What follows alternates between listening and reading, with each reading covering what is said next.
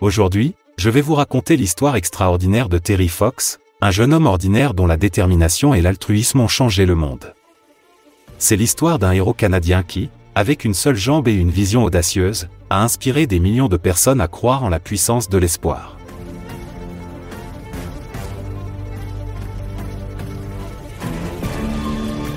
Tout commence en 1977. Terry Fox, alors âgé de 18 ans, est un jeune homme plein de vie. Passionné de sport, il rêve de devenir professeur d'éducation physique. Mais un jour, une douleur persistante dans son genou droit devient insupportable.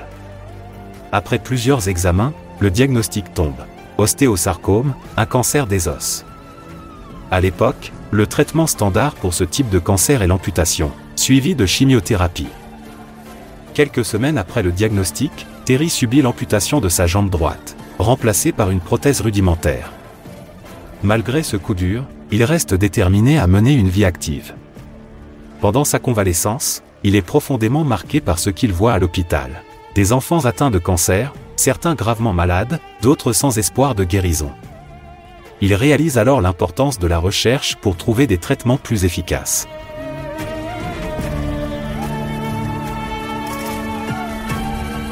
En 1979, un an après avoir terminé ses traitements, une idée folle germe dans son esprit.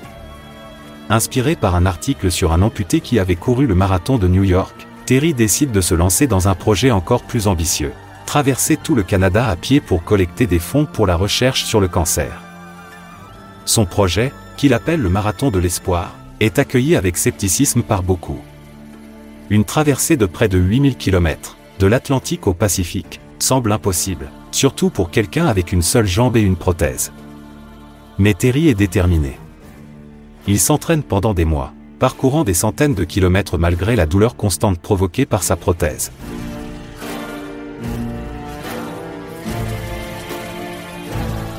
Le 12 avril 1980, au lever du soleil, Terry commence son périple à St. John's, sur la côte de Terre-Neuve. Il trempe sa prothèse dans l'océan Atlantique, symbolisant le début de son incroyable défi. Accompagné de son ami et chauffeur Doug Alward, il se lance sur les routes avec l'objectif ambitieux de courir 42 km par jour, l'équivalent d'un marathon, chaque jour. Les premières semaines sont difficiles. Peu de gens connaissent son projet, et les fonds collectés sont minimes. Les routes sont longues, isolées, et le vent glacial de l'Atlantique le malmène. Mais Terry ne perd jamais de vue son objectif. Son rythme, une démarche saccadée et reconnaissable à cause de sa prothèse, devient une marque de sa détermination.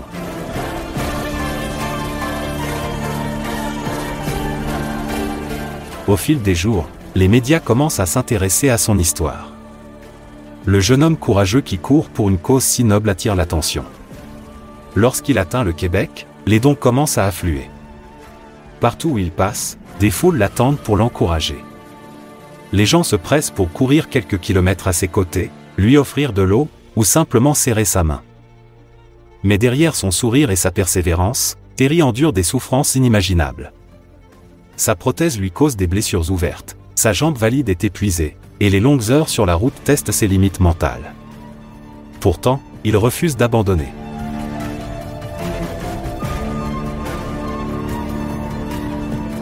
Arrivé en Ontario, Terry est accueilli comme un héros. À Toronto, une foule de 10 000 personnes l'acclament, et les dons explosent. Chaque jour, il court sous un soleil de plomb, sous la pluie ou face au vent, ne laissant rien entraver son objectif. Le 1er septembre 1980, après 143 jours et plus de 5300 km parcourus, Terry atteint les abords de Thunder Bay, en Ontario. Mais ce jour-là, quelque chose ne va pas. Une douleur intense dans sa poitrine le contraint à s'arrêter. Transporté à l'hôpital, il apprend une nouvelle dévastatrice. Le cancer s'est propagé à ses poumons. Pour la première fois, Terry est obligé de suspendre son marathon de l'espoir. Avec des larmes dans les yeux, il annonce à la presse qu'il doit rentrer chez lui pour suivre des traitements. Mais il reste optimiste. « Je crois encore que nous pouvons vaincre le cancer, si chacun donne ne serait-ce qu'$1. »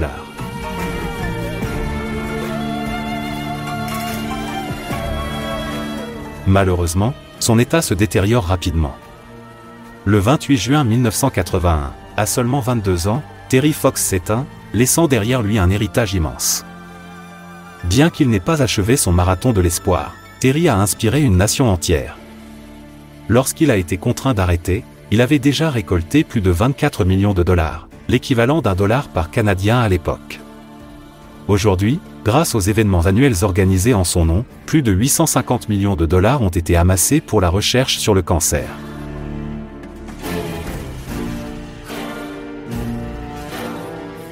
L'histoire de Terry Fox n'est pas seulement celle d'un jeune homme courageux. C'est une leçon sur la puissance de la détermination et l'impact qu'une seule personne peut avoir. Son marathon de l'espoir continue de vivre, rappelant à chacun que, même face aux défis les plus grands, il est possible de faire une différence.